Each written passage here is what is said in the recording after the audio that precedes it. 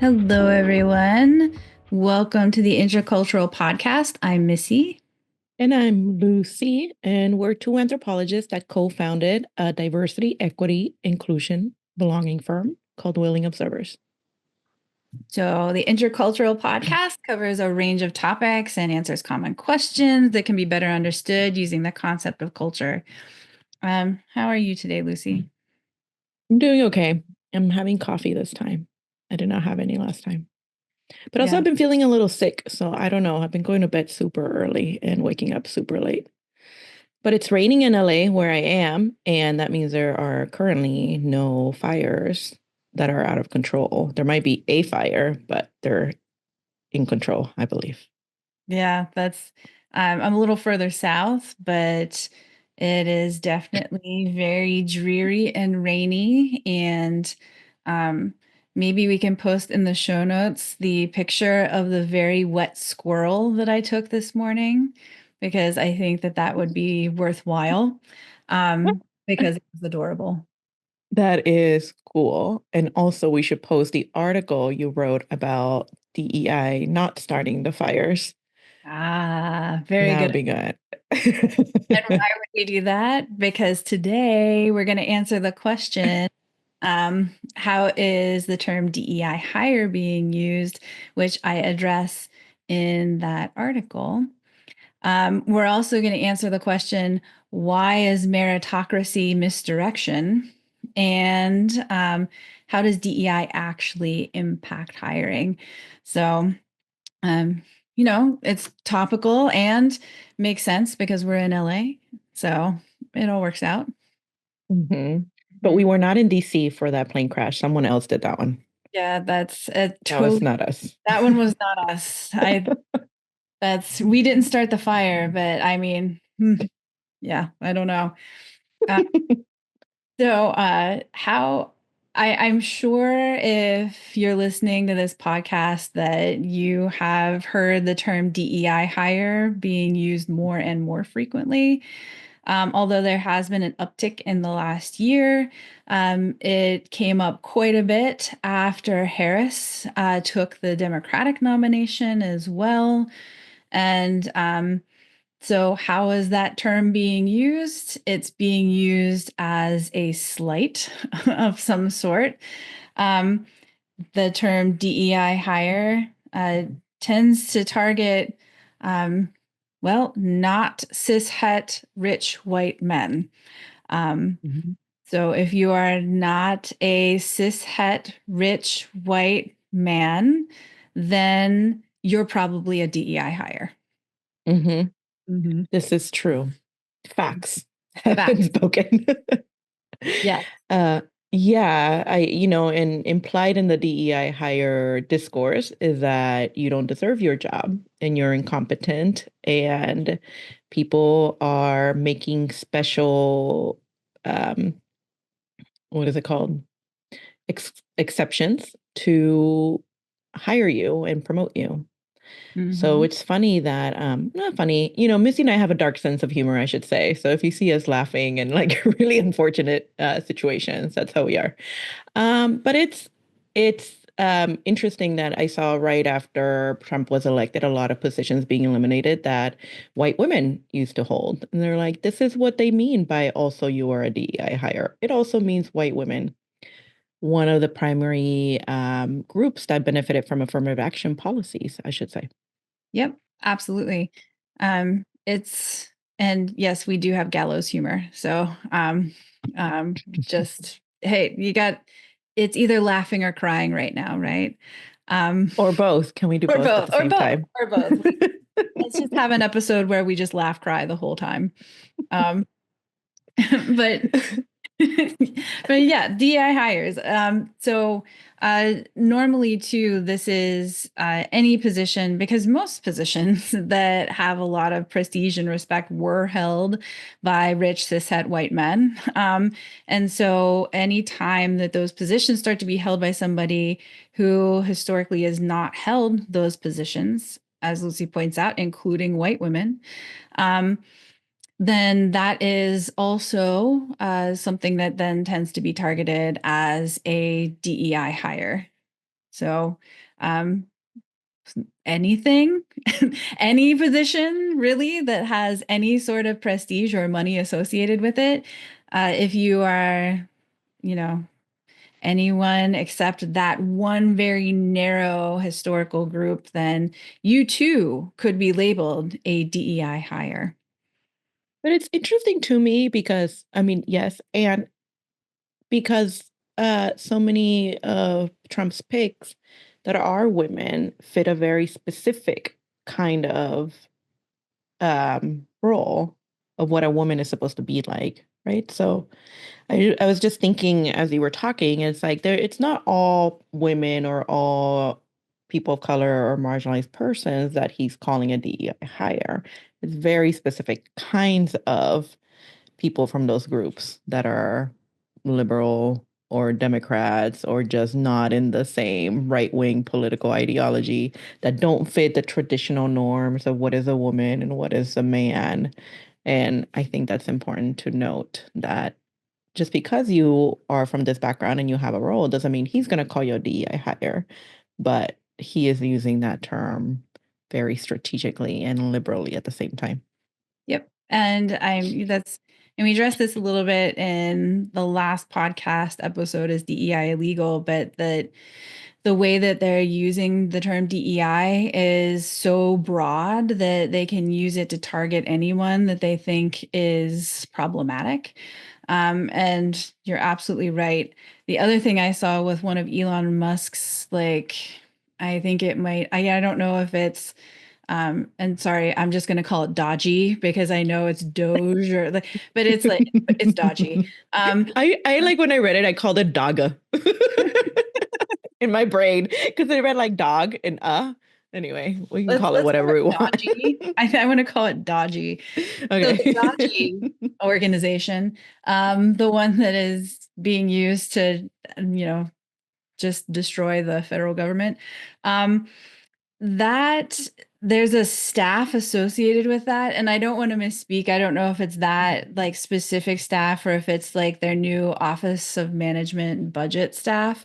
But I looked at the list of staff people because it keeps going around, because like one dude's like 19 and his resume is from high school. I'm not kidding. Oh And my like God. has access to like the entire federal budget. Amazing. See that laughter? Age diversity. That laughter is crying, right? Right there. She's crying. I'm laughing. um, but there was an entire like set of pictures of largely white men, and then there was one picture that looked like a white woman, and she held a position. It was like chief of staff or staff secretary or something, and I was like, Yes, I yeah. saw her on TV. Hmm. And She I said was they like, were only deporting the harsher criminals. Oh, sorry. That's the kind of TV I watch, the Spanish news TV. Yeah. Oh, sorry. Tell me, say more about this person. no, I don't know much about this person because this is, and I think that's also it just if we, and this is a challenge to us too, to look and see where certain like gender roles or historically even gendered positions are being reinscribed in this administration, Yep. where it's like it's okay for the white woman to be the secretary. It's okay Hmm. for the white woman to do this, and that they're being slotted into some of those positions too. And I don't want to But say it have all. you noticed? Oh, sorry. No, no, go ahead. Her and what is the other person who was getting, I don't know, forgive me for not knowing in depth all of Trump's picks, but Attorney General maybe? Was it a woman? Pam Bondi. Yeah. Don't they look like again, we love women in all shapes and sizes, but the fact that they're inscribed in this very specific way of what a woman should look like, it's like thin, Botox, like lots of makeup, like It's that's a that's the woman that's allowed to have these positions because you look like a woman. right according to this like historical, Correct. like Yeah. like ideal white like standard. That also there's a lot of great literature on this, on like um on the women that end up working for Fox News and have worked for Fox News in the past.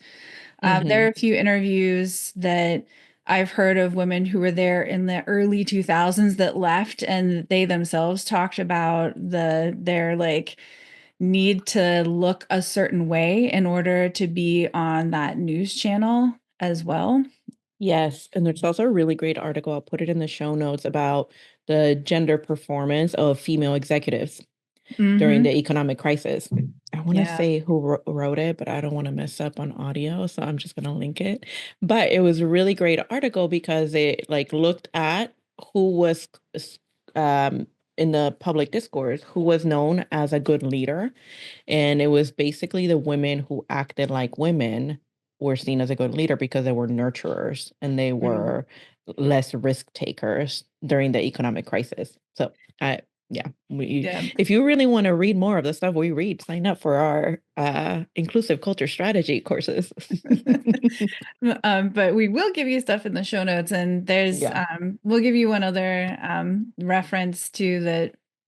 This is Jennifer Newsom's documentary called Misrepresentation, which is also really, really nicely done. It like looks at the links between political participation, women in film and women in leadership positions, and how like these ideas of ideal femininity and ideal womanhood and ideal beauty complicate in all of those Mhm. areas and how they're connected.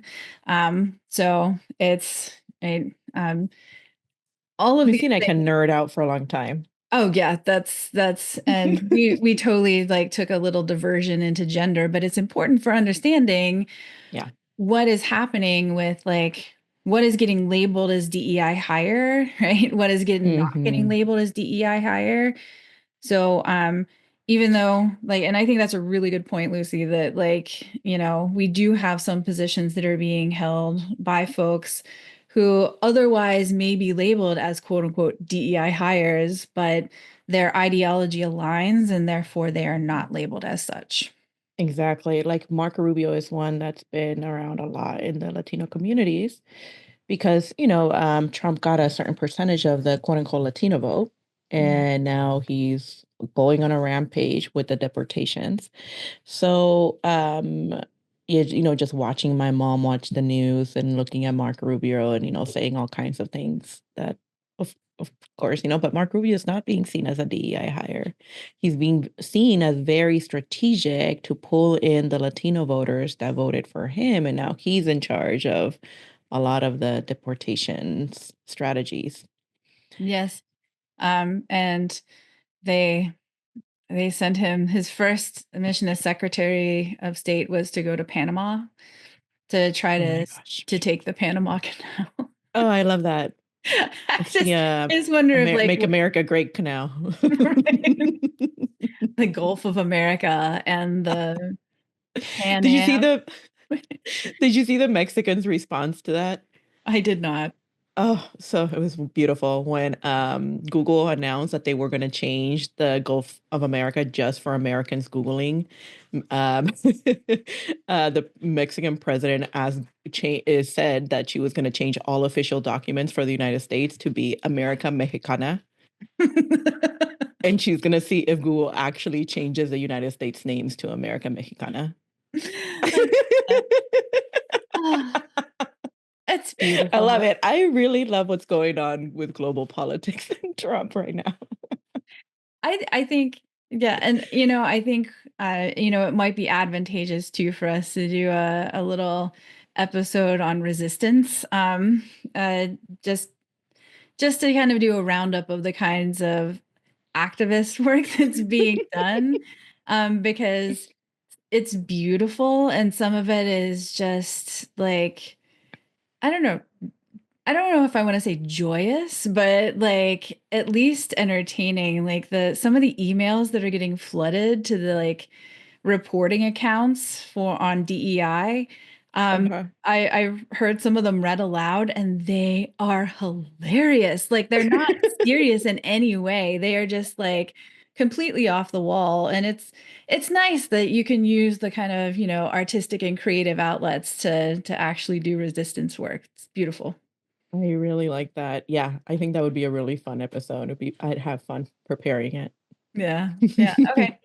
Okay, Jen. sorry, back to the topic. DEI hires. Yeah. Um, So maybe we can turn towards like, all right, so we have some sense of how the term DEI hire is, being used and strategically, who it's actually targeting.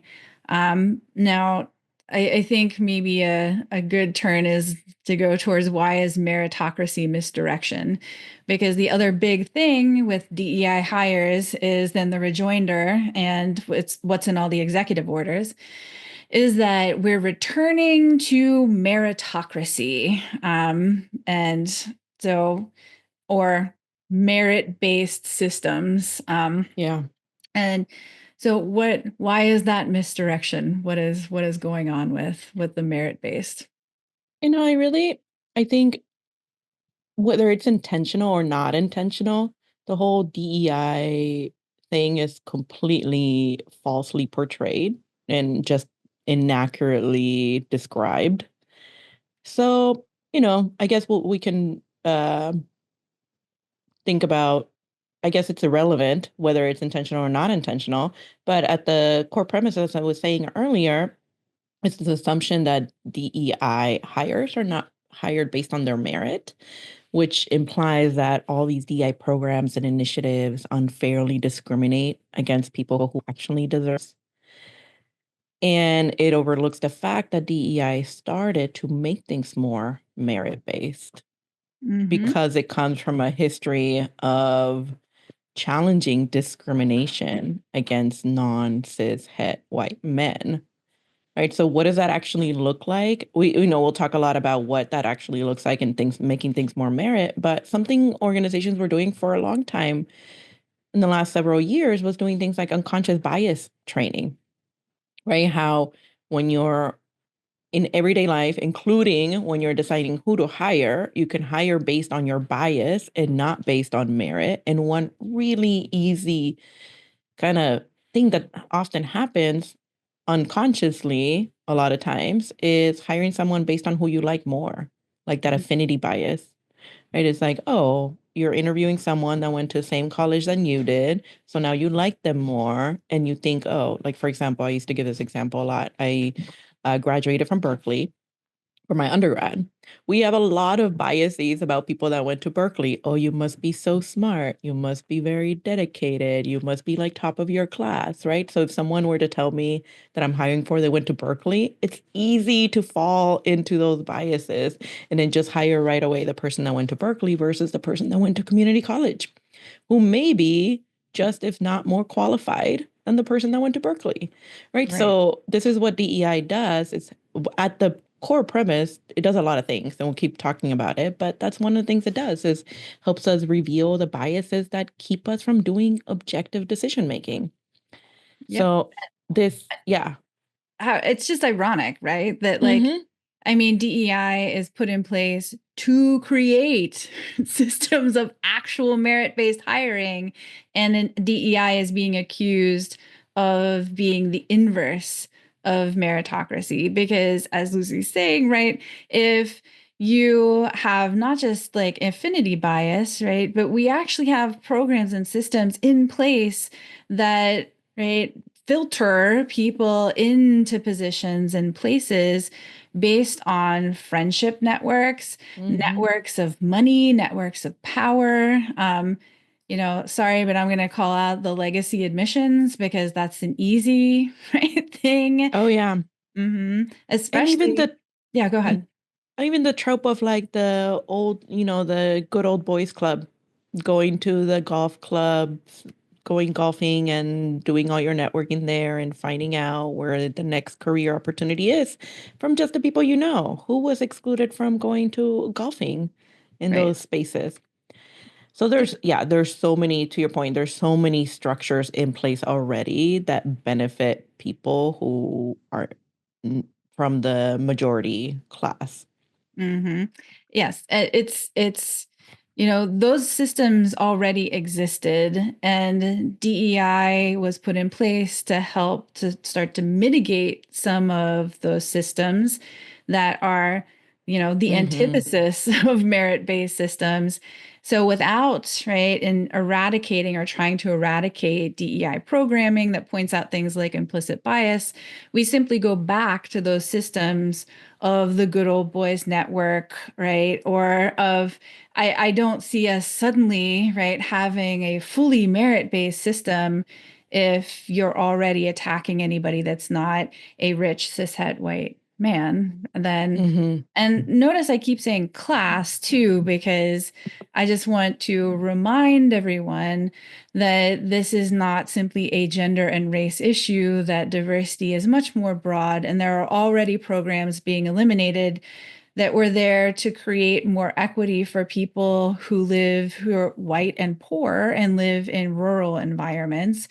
Yeah. So it's already, just keep in mind, right, who is being affected here.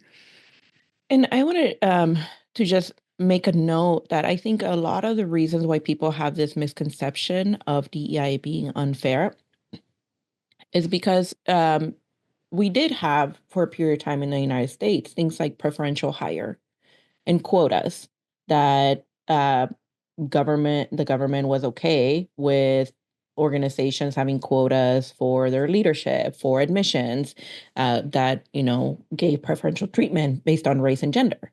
And I want to be clear, we do not have those anymore, and we have not had them for many decades. Yep. And I think there's this conception that because they were in some point part of affirmative action programs in the 60s and the 70s, that we have them in 2025, which is just not true. And so we saw that shift as more and more things were being taken away from what made affirmative action work as affirmative action, including the quotas, preferential hire, doing more point systems for people from marginalized backgrounds so that you get, like, quote unquote, a leg up in the system. As those things started becoming eroded through the courts and being illegal, then you start seeing DEI come up and say, we can do this in a way that is fair for everyone. And I think that pivot is really important, and it's what's been missing from this these conversations. We do, I do see on LinkedIn people posting often like DEI is supposed to make things more fair, but I do think part of that, to be successful in making that argument, we have to acknowledge the fact that there is grounds for claiming that it's not fair based on the history of affirmative action. And we need to remind people that's just not accurate anymore. Right. And I mean, I think that the way that DEI has shifted how, to your point, how this kind of we create systems that are fair and equitable, right, for everyone, is important to understand so that we don't continually. I think the good thing about what's happening right now, and Lucy and I have been talking about this, is that it seems like, right, DEI is everywhere and people are talking about it. The potential downside is that everyone's talking about it. And there's a Mhm. lot of, I think, not misinformation, but not entirely accurate information about what diversity, equity, and inclusion is and what it does, that's still Mhm. kind of swirling about. And so I think that's an excellent point to make, is like, let's just keep thinking about what is it that it's actually doing. But before we go there, I do want to say one more thing about meritocracy being misdirection. And Mhm. so we talked about the good old boys network, right? But I think in targeting certain people as DEI hires, we're also, right, overlooking how, not just how some people already have advantages, but the amount of hurdles that, say, I don't know, um, you know, women of color, right, have to overcome to get it to upskill and, right, overcome all those biases to end up holding positions that were historically associated with masculinity and whiteness, right? Yeah. And that's something that DEI also tries to address, is that kind of hidden work that has to be Yeah. done by so many people to get to the point where they can even be competitive in a quote unquote merit-based system. And that's, that is often hidden, but really important to acknowledge. And one of the things that DEI helps people do is create standard hiring processes. So you don't fall on these biases of like, well, this person did twice as much. They're just as good as this person that did the bare minimum. Right. Mm. And um, when I was I worked in various different organizations in different capacities, but one of the things that I have helped do is just create, and Missy and you we have done many times through our consulting, is actually look at people's hiring system. Like, how are you hiring from the point where you recruit someone and you post that job ad? Where are you posting it? To the point where someone comes in and gets that job offer? Can we create a process that makes things create a similar experience for everyone going through it? And a lot of HR does this too, is create that process so that everyone has a similar experience. But the DEI value that's added is you come in with a toolkit and a set of understanding of how bias factors into your processes, whether they are standard or not, and then try to rectify that, try to mitigate it. So if, for example, like we worked with a company a few years ago, I don't know if you'll remember this, Missy, but it's they were going exclusively to Harvard to recruit. Remember that? Ah, I do. Yeah. I Yeah. do. Yep. um, and and they wanted to get the best and the brightest, right? The best and the brightest, and they were going only to Harvard to recruit. And Missy and I did a lot of work with them to think about what exactly means best and brightest, what is qualifications to them, who it would be a great candidate, and then really get them to expand their understanding of where can a good candidate come from. Hmm. And then standardize that process for everyone. So I believe they had like a culture question in Yeah. their hiring process. So they had a sorry, this was a few years ago. So they had like a technical exam everyone had to go through. It was a STEM company. They had a technical exam and then they had a culture question. And then we asked them, "What are you asking for culture?" They're like, "We don't know." I was like, "Well, what do you mean you don't know? Who's like asking the culture questions?" They're like, "Oh, everyone just asks a culture question." So what's the culture question? They're like, "Everyone just picks a different culture question." And we're like, Like, hitting our hello. head on the wall. Right. And it's and I, and then it's not just standardizing what questions are asked, but then like standardizing how you train people to assess the responses to the Yes. questions too. Because if you don't have the same questions, like, and then you don't have a standard way of assessing it, that's another place that bias sneaks in, which makes it, wait for it, less merit based, right? In terms of how you're hiring people. Yeah. So there's this really awesome, I mean, there's so many tools out there, right? But separately in a different context, we work to standardize through the STAR system, where you use STAR responses, right? I forget what it is, a situation, task, Mhm. response, action. I think I could be making that up. But you evaluate candidates based on how like you created an evaluation criteria for each candidate to see how well they responded to the kinds of questions that you can ask. To Missy's point, you don't have to ask the same question, but you do Mhm. have to have a similar understanding of what are you trying to get with this question and what are you trying to get out of the response. And if you're assessing for culture, are you just assessing people that you get along with, which is fine. You just need to be aware that that's your bias, right? If you want to have people that are extroverted because that's the kind of culture you want to have, just be open and admit that upfront, and don't just assume that all your candidates are going to be extroverted. I mean, that was like a silly example, but that's the thing about bias, right? You need to be aware with it and intentional about what you're trying to do. Yeah. And because, one thing that I know Lucy always says when we train on bias too is everyone has biases. right? Mhm. And from a linguistic perspective too, like you have to have categories and classifications because that's how we parse the world and that's how we create communication structures.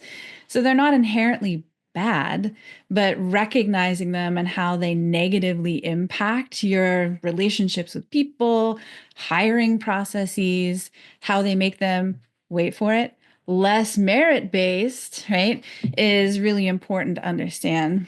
And Yeah. can I circle back to the recruitment part for a second, too? Yes. Can I Because re-emphasize what you said? Biases are not necessarily bad, but they can have bad impacts. And that's a really important thing to note is what is the effect of your unintentional behavior? And can you be more intentional so that you can bring in more inclusion? Sorry, I just wanted to make sure they got that point.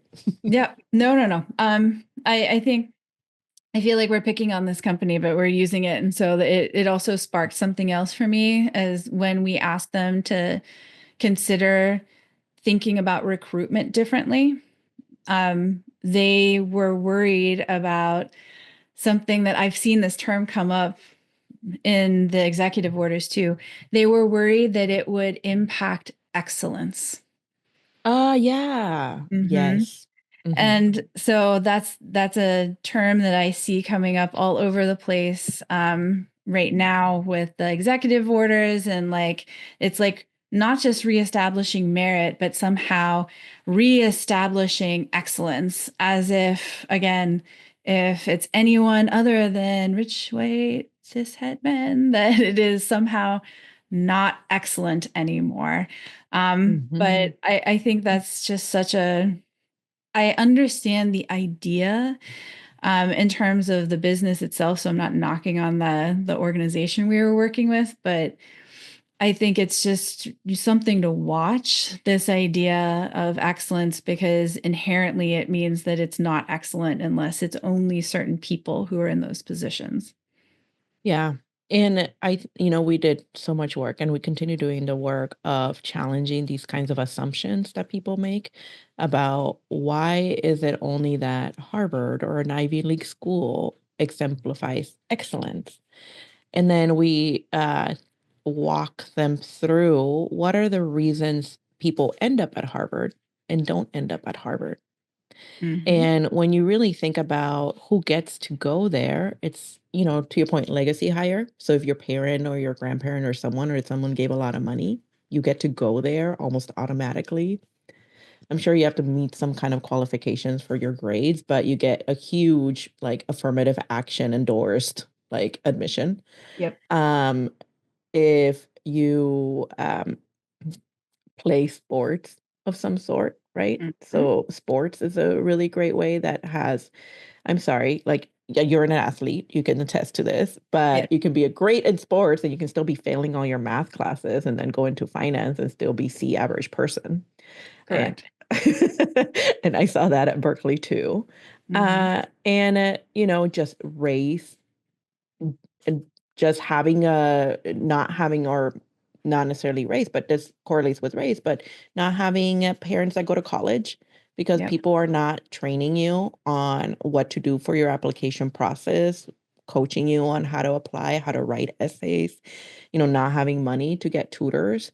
I think that was a huge, I remember writing an op-ed about this in the way before the fair admissions process decision with Yeah. Harvard happened. We're writing an op-ed about this and how many families were actually really wealthy, and put their kids through so much tutoring to Yep. try to get into Harvard, and then they didn't get into Harvard. And they're like, "What do you mean? We spend so much money. We should be getting into Harvard." Right. Anyway, sorry. There's so many factors that have absolutely nothing to do with your qualifications as a student that can get you into Harvard. And so many things that even if you are very qualified, you still won't get in because you have all these social and structural obstacles, which I'm sure the people listening to us that will understand. But if someone out there is listening to this because of our catchy title, you need to take that into account that there is just because you go to an Ivy League school, it doesn't mean that you're quote unquote excellent and by any means. And this is one of the challenges that this company had, was really willing to take the risk to be challenged in that way. Because when we ultimately challenge our biases, it's going to be very uncomfortable. And it's like feels like a risky situation to all of a sudden go recruit at a Cal State or a state college, right? It's going to feel really risky, but that's growth. Growth is uncomfortable, and you have to be willing to be proven wrong if you're going to overcome these biases. And then you will be richly rewarded by the amazing students and then amazing candidates that you encounter at I'm going to give a shout out to Cal State, right? In the Cal State system, and then the community college system in a non-Ivy League school. There are so many brilliant, brilliant people that are not getting the opportunities because of those biases.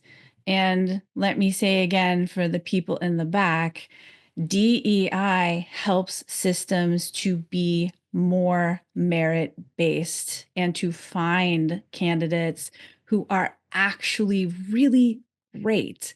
So Mhm. I think that, like, if you are getting into any debates about this and thinking about meritocracy, right?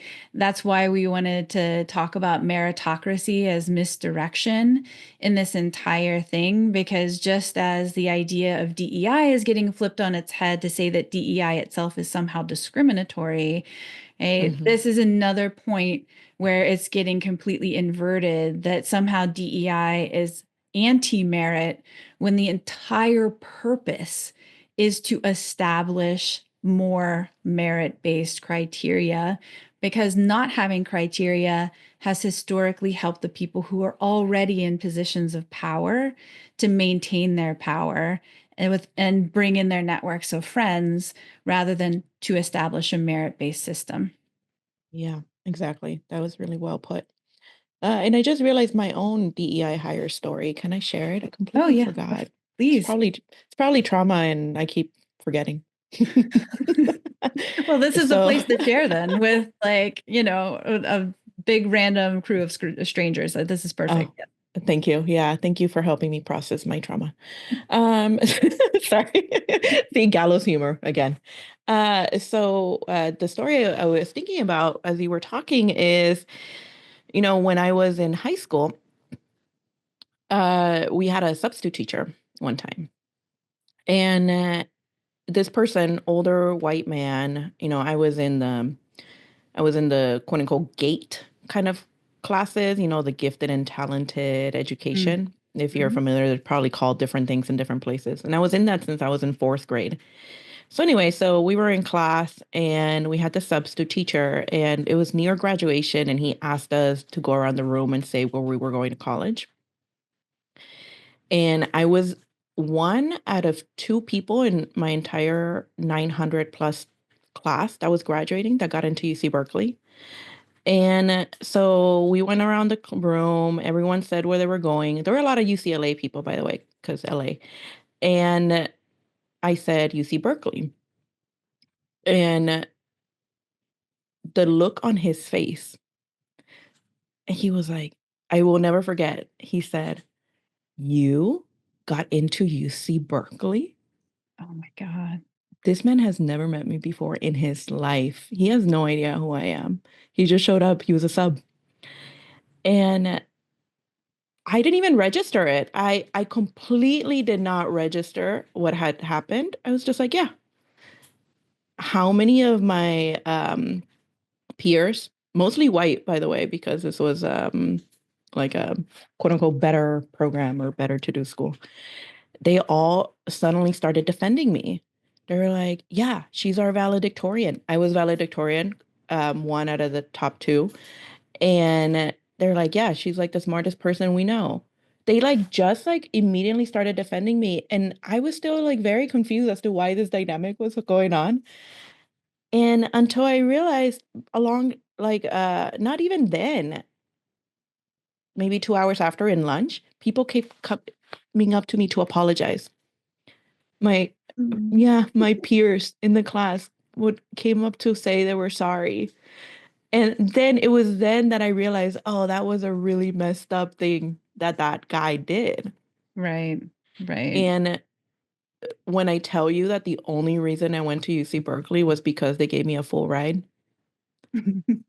because I did not even know that UC Berkeley was the top number one public school in the country. This is the DEI thing, right? I come from a background where no one in my family had received a college. We had no idea what universities were out there that existed. I just knew that I wanted to go to college, and I got into every school I applied to. And the only reason I went to Berkeley was not because it's number one, was not because of how much, you know, resources or prestige it would give me. It's because they gave me a full ride Yeah. through a diversity initiative. Yeah. I But let me just say one more thing. This diversity initiative wasn't even like a DEI type of initiative. It was the Regents and Chancellor Scholarship. mm-hmm. It was for the top of the incoming class. The Mm-hmm. diversity initiative in it was that it would give you a full ride if you could not afford it. Yeah. And if you could afford it, you got $1,000 stipend and the title. Right. So that was not for specifically students from a specific racial or gender background. It was not for, it was for based on income. Right. It was Right. based on the merit and based on income. And what did it do? It opened up the possibility that I would even consider going there Mm-hmm. because of my own narrow world based on just not having access to all this information and all these networks and all this like know-how of going to college. And Right. that's what's on the chopping block with Trump. Right. I'm glad you like that's ideal. And I have, some like parallel experiences, not with um like, to be clear, nobody was like, wow, you're going here. I can't believe it. Right. And Mhm. like, so also just, oh my God. Right. But like, Yeah, you see I, why I keep forgetting that that happened. yeah, it's like, oh my God. But I did, in terms of access, like, because financial access, I had access to, I think it's eliminated now, but it was the Javits when I went to grad school, and it was based on like my family history of having degrees, or in my case, not, right? And money. So, Mhm. like, my ability to go through and be educated is also, right, based on that kind of access. And I think it's perfect to kind of like for us to start to close down this podcast by saying, like, right, Lucy and I are here because of those programs that allowed us to have a little bit of room to kind of get up to the place where other people start, right? Mhm. And that's DEI, right? And if you wanted us to be able to compete on a merit base, then you need to help us get to the place where everyone else starts, right? Or where a lot of other people start that have historically had admissions to Berkeley, or have had access to those networks to get into that STEM company, or, right, have access to the networks to become a fire chief in Los Angeles. Yeah. And I do want to wrap up with some takeaway points. How does DEI make things more merit-based? So we talked about standardizing processes, like being aware of what are the goals and the outcomes that you're trying to achieve it through like your hiring process, and implementing that so that everyone gets a similar experience and is evaluated on similar criteria.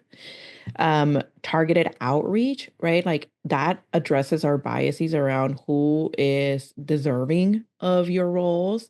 When you expand your outreach and you don't just hire from places like Ivy League schools and you go to places like the Cal States or the state schools, it expands your pool to become more diverse, which means that you're giving more opportunities and you're making things more fair because now someone who's in an Ivy League school is competing for the same kind of role as someone from a state school. And what could be more fair than that when you're evaluating candidates? Mm-hmm. Um, Addressing your biases, becoming aware of your unconscious biases and how that influences the decisions you're making and how that influences what choices you make in candidates and also promotions. Well, we didn't talk about this one, Missy, but with promotions, it's so common to tap people on the shoulder and be Oh, like, oh, you deserve that job because you're like type A personality. Somehow we see that so much. It's like you're a type A personality, so I know that you can be a good manager. So silly. Sorry, no offense to anyone. yeah. But also that also entails like having standard evaluation and criteria for how you promote people and having everyone go to a process, which people hate in academia. People hate having processes, but I'm sorry, you're gonna have to get over it if you really want to be fair and equitable to everyone. Right. I mean, and I always say it's like the least sexy part of the whole thing. We're like, let's standardize the process. And everyone's like, yay. Right. I mean, it's not I'm exciting. excited. I'm like, yeah, Excel sheets. Let's do this. Woo! Right. But it's critical that it is standardized in some way. And we do sometimes get some resistance there, but like that's how you create fairness, right? That's how you create equity, and that's how you create a merit-based system. And you have to always be evaluating these processes to see are they actually fair? Or just because you standardize something doesn't mean that it's done and dealt with and then you don't have to look at it again. No, it means that you're always evaluating to see is it producing the desired outcomes that you want it to produce? And if not, what do you need to integrate to make it more fair? But also this is going to go into a whole different episode, so I'm only going to mention it a little bit. But Trump eliminating so many government jobs and eliminating so much bureaucracy Mm, is also part of the problems we're going to have when we have less process. right. Yeah. Yep, hey, we're just, what we're really doing is just spitballing to come up with new episodes. No, I'm kidding. I think that's, that's important to note is that like the attack on government bureaucracy itself is part of the problem because bureaucracy, like we're not, and by the way, we're not suggesting everything is the DMV, folks. Like that is not Yeah, what no. we are suggesting. But the larger government bureaucracy, right, is not inherently problematic. Right. And that's not to say, as Lucy mentioned, you have to constantly be looking at systems to make sure that they're producing the outcomes that you want. But I totally agree. The elimination of all of that bureaucracy, like just completely without thinking about any sort of revision or doing it strategically, is going to totally upend a lot of things that we've built up over a very long time to make things a little more fair. That was a very depressing last note. Okay, what do you want to do? Do you want me to just like we can do that really depressing last note and then just put the picture of the squirrel up? Does that help? Does that help? Yeah, in the article that we didn't start the fire with the little graphic that you made that I keep using everywhere. Yes. Well, I'm sorry to end on a more depressing note this time, but know that we will, on our list of to do is to put together an episode about the kinds of collective action, the kinds of resistance, and the kinds of work that we can continue to do in this Mhm. regulatory environment. So we'll use that as a cliffhanger and say, stay tuned for the happier episode or the more resistancy one. Yeah, maybe we can end on something that we're excited about with our business. And then that way people can see it's not just all depressing. We are growing and being more impactful. Okay, go ahead. I am really excited about our ICS courses. And I'm excited that other people are excited. Every time someone says, I'm so excited I signed up for the course, I get really giddy inside because we worked so hard on them. We have like a video producing team that's been working so hard. So I want to give a shout out to them. Thank you so much for making our life so much better and for making really great videos that we can use to teach others. And then we have great communications people, that I don't want to name anyone because then I have to name everyone that's in our team because they're all great. But thank you so much for making the LMS system work and even helping us write quiz questions that if you're doing things for recertification credits we need, like we have people helping us with that. So I just feel so loved and supported in our business. And I'm excited because then it helps us make other people feel supported and hopefully loved too. I think that's a great way to end. And I'll say stay tuned because Lucy keeps mentioning that cute little fire guy. Uh-huh. Right. So if you do read in the show notes our article, I'm excited that we're creating stickers with I just love the them. little fire guy. And we're gonna stick them everywhere to go to some, free resources that can hopefully, you know, bolster people's spirit and thinking about, dispelling misinformation around DEI and making it more tangible. Yeah, but only sticking them in places we're allowed to because we are not endorsing vandalism. No, not at all. I All would never right. do that ever. I just for the record. Yes. But we hope that you are all finding your own self-care and your own forms of empowerment. Remember, this whole thing is structured to make you feel overwhelmed and sad and tired. And we hope that you can find those things for yourself. Yeah, See you next time. likewise. Bye-bye. Bye.